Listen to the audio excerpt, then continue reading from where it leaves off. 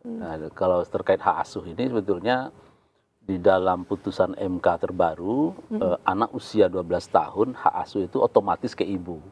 Mmm. Ya, nah bisa batal, bisa beralih, setidaknya ada 4 hal. Tuduhan yang lagi diproses di KPAI ini adalah menimpa, selebriti RO dan SW gitu kan.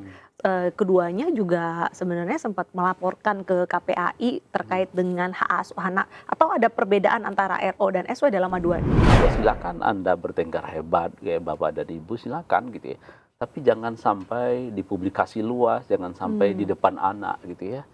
Yang dimana mereka sebetulnya tidak menginginkan itu gitu ya. Tidak ya bahkan keinginan anak itu kan bagaimana kedua orang tua itu hadir. Di kasus ini tuh kan ada juga dugaan eksploitasi anak gitu. Kita tarik ke secara umum. Sebenarnya kalau anak sudah dikategorikan tereksploitasi itu udah sampai di titik apa, Kak? Kita tentu sangat menyayangkan ya live di aplikasi tertentu itu pada ini aplikasi yang untuk orang dewasa gitu ya, Iya. jualan bukan jualan untuk anak gitu misalnya gitu ya. Itu juga tentu akan berpengaruh terkait tumbuh kembang, apalagi misalnya ada komentar-komentar ya.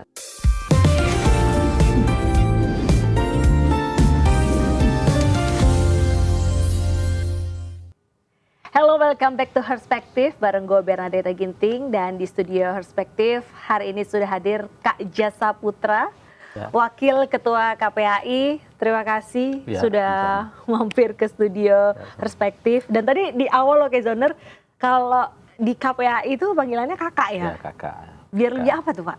Awet muda atau biar lebih dekat ke biar anak-anak? dekat dengan anak sebetulnya. Ya, Oh. karena kalau di samping usia kami ini kan rata-rata udah 40 ke atas ya komisionernya.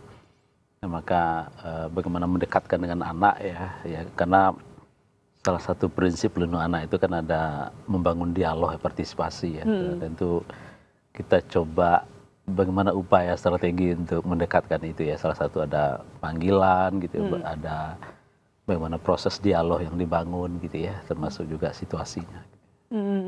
Berarti kalau bapak sendiri, kakak sendiri, udah jadi saya jadi nggak kebiasaan deh kan. Kalau kakak melakukan pendekatan ke anak sama ke anak orang pasti lebih susah ke anak orang, apalagi yang ada kasus gitu ya. Iya, ya karena kan masing-masing anak ini kan punya karakter yang berbeda-beda ya, dengan situasi keluarga yang berbeda gitu ya. Tapi ada tahapan untuk bagaimana membangun kedekatan dan kelekatan dengan anak.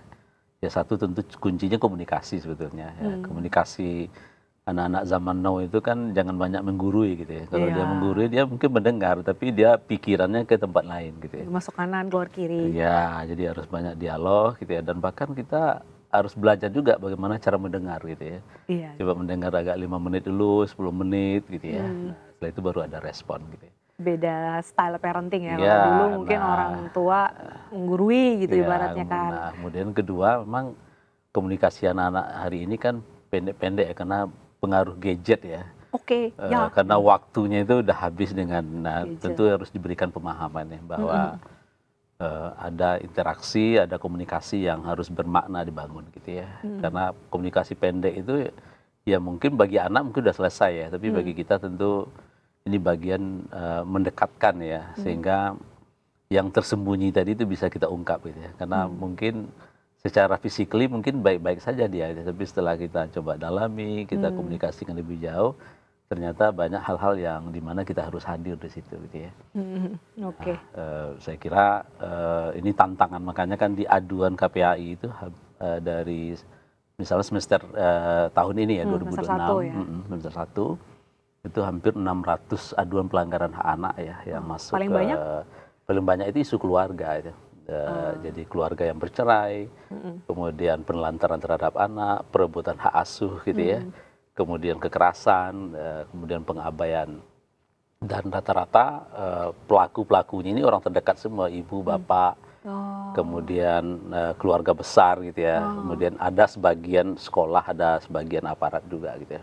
Iya. Nah jadi ya kita berharap keluarga ini tempat utama dan pertama melindungi anak, tapi situasinya dalam laporan kami justru menjadi pelaku gitu. Iya. Nah jadi pertanyaan besar kita, di mana tempat yang aman bagi anak ya? Kalau memang misalnya keluarga seperti itu, sekolah juga tidak mudah juga menghadapi situasinya, masyarakat dan termasuk juga ruang digital kita gitu ya, Iya, iya. yang belum ramah pada anak. Nah, ngobrolin seharusnya orang tua adalah tempat aman dan nyaman bagi anak untuk tumbuh dan kembang. Kita kan belakangan ini salah satu mungkin satu dari 600 kasus atau aduan yang lagi diproses di KPAI ini adalah menimpa selebriti RO dan SW gitu kan.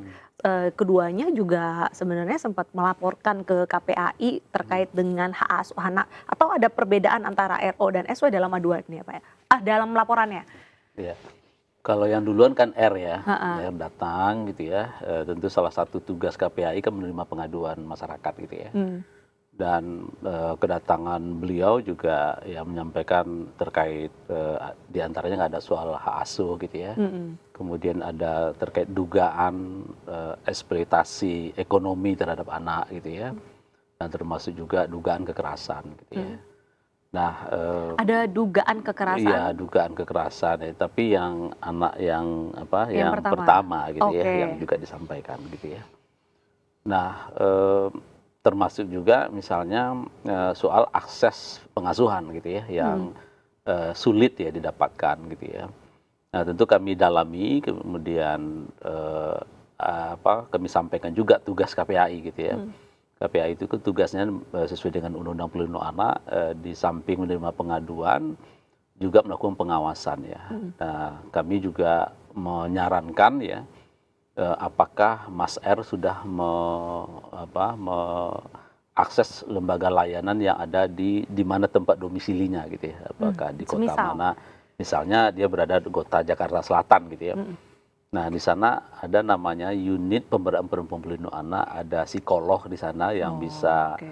kalau memang ada dugaan kekerasan atau butuh pendampingan, yang dimana lembaga ini kan lembaga pemerintah daerah yang SDM-nya cukup lengkap ya, pembiayaannya tersedia gitu ya di sana dan independen gitu ya.